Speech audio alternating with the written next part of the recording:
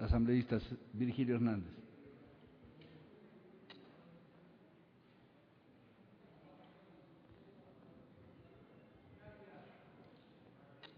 Gracias, presidente, colegas asambleístas.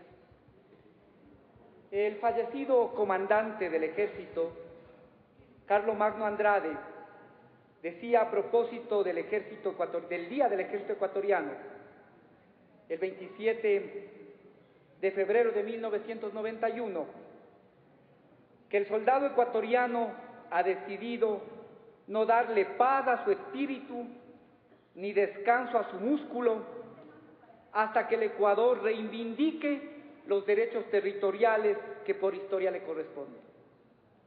Inspirados en criterios de defensa de la integridad territorial como este que acabo de expresar, es que precisamente se defendió y el ejército ecuatoriano defendió la edad territorial, y fruto de eso también el Ecuador pudo suscribir un acuerdo de paz con dignidad.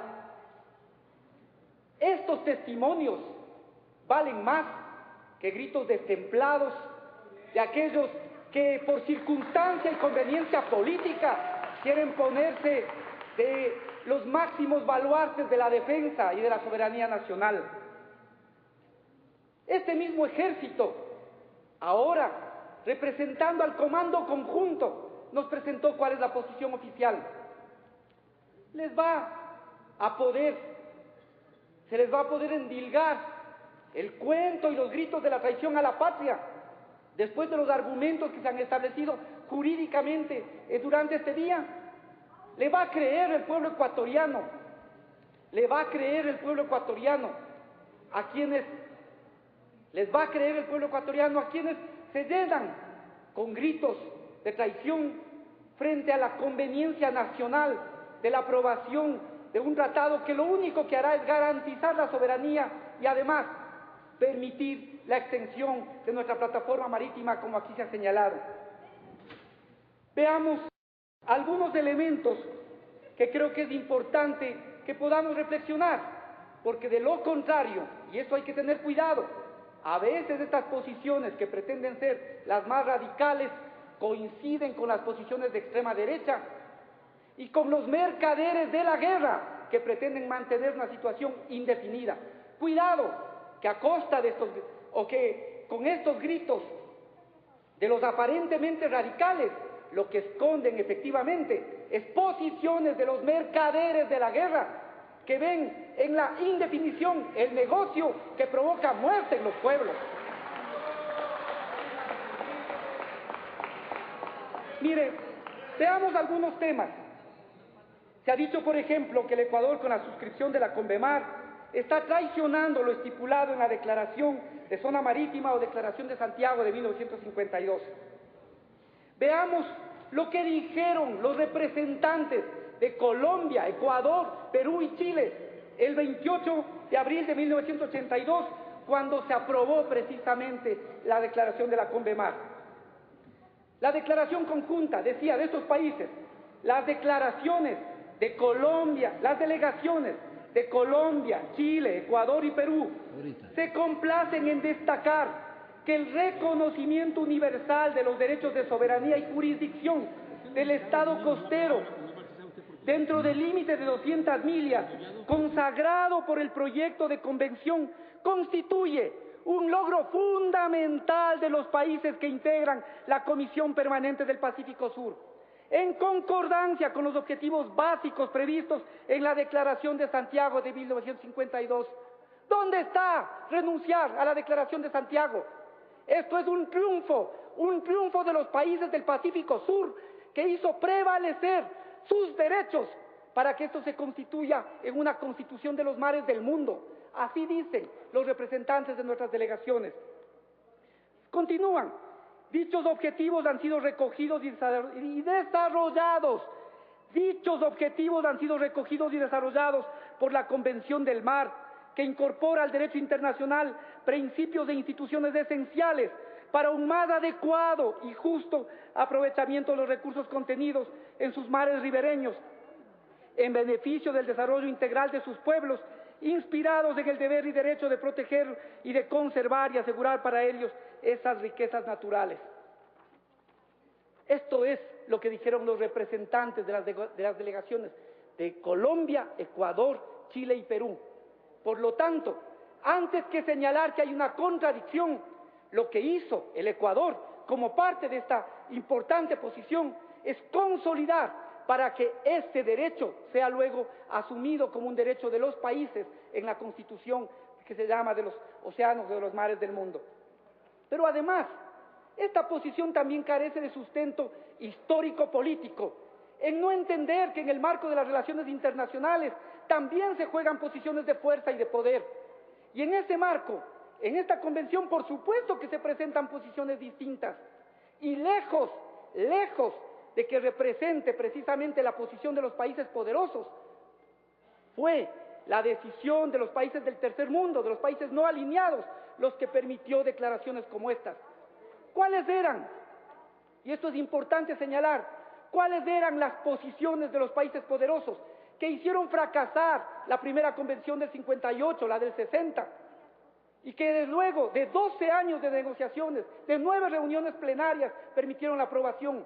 Los países poderosos, la tesis de los países poderosos, básicamente consistía en 3 aspectos: reconocer apenas ciertas competencias a favor de los estados ribereños, básicamente garantizaban los derechos de navegación y libre pesca, y restringir al máximo los derechos de los estados ribereños. Frente a esa posición de los países poderosos, prevaleció la de los países ribereños, que básicamente lo que plantea es soberanía, zona de soberanía y jurisdicción territorial, una convención no mutilada, sino básicamente que reconozca derechos en todos los campos relacionados con el mar, espacios oceánicos, derechos de navegación, la paz y seguridad de los océanos, conservación y gestión de los recursos marinos, investigación científica, preservación y protección del medio marino, actividad en el fondo marino y alta mar, solución de controversias. Esto no fue fruto de la imposición de los países poderosos, sino precisamente de posiciones valientes y además decididas, como la de los países no alineados, que representaban la posición del tercer mundo, para poder garantizar los derechos de los países, básicamente los países ribereños, de tal manera que aquellos que sin contexto señalan que esto constituye una traición, no están tomando en cuenta que precisamente con esta declaración se vencieron los intereses de los países poderosos. Creo que además aquí se ha argumentado bastante respecto del artículo 4, respecto del artículo 4, que define lo que son claramente cuáles son nuestros límites, y nos remite al Código Civil, al artículo 609 y 610, aquí ya se ha citado. Pero lo que no dicen aquellos que pretenden defender la soberanía, se olvidaron del 606, del segundo inciso del 606. ¿Qué dice el 606? Considéranse como plataforma o zócalo submarino las tierras sumergidas contiguas al territorio nacional que se encuentran cubiertas hasta por 200 metros de agua como máximo, hasta por 200 metros de agua como máximo. Esto es, y esto es importante decir, que quienes pretenden defender la tesis de la soberanía se olvidan o no consideran que en Ecuador la plataforma continental, como dice el tratadista Gonzalo Salvador Holguín, posee una pendiente pronunciada que alcanza profundidades sobre las 1.500 millas, sobre los 1.500 metros, a pocas millas de distancia de la costa. Es decir, lo que plantea la Convención del Mar es mucho más avanzado y es mucho más progresista en materia de soberanía respecto de lo que aquí han defendido y que está contenido en el artículo 609 y 610 del Código Civil. La Convención del Derecho del Mar reconoce a todos los estados ribereños una plataforma de 200 millas contadas desde la línea de base, que además están establecidas para el Ecuador desde 1971, por los 12 años antes de la Convención de Derechos del Mar, independientes de la profundidad y de las condiciones geológicas o morfológicas de la misma. Entonces, ya que esgrimen el 609 y 610, no se olviden del 606, porque el 606 está estableciendo hasta dónde sería aparentemente nuestra posición soberana.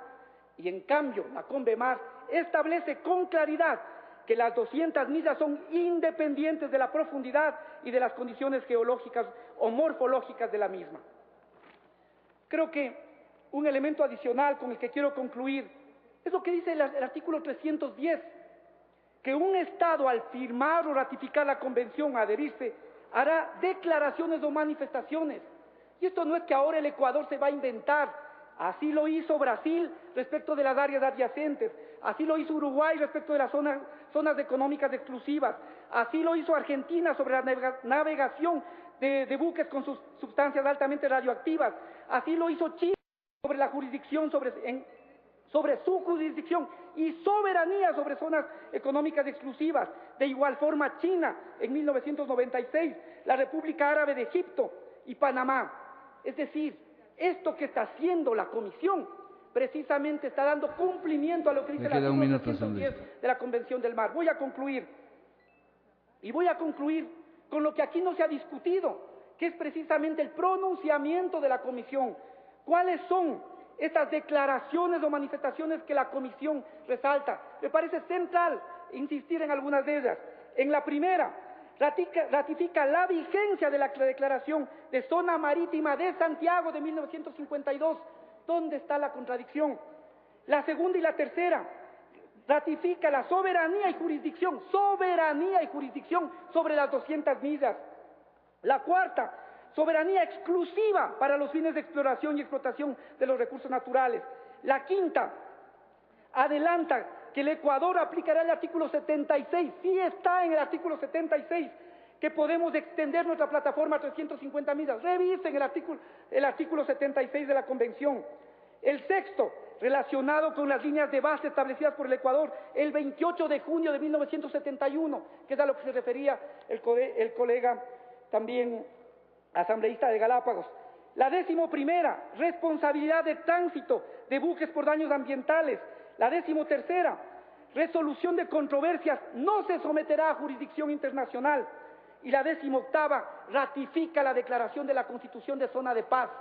Por lo tanto, aquí hay que hablarle al país claramente, sin utilizar, y yo coincido con lo que ha dicho algún asambleísta, no utilicemos esto que es altamente favorable para los intereses del país y del Estado ecuatoriano, tratando de, a costa de unos gritos destemplados, decir que aquí hay traición a la patria, cuando lo que se está haciendo es buscando legitimar lo que ha sido la tesis histórica del Ecuador de la soberanía y jurisdicción sobre las 200 millas. Gracias, señor presidente.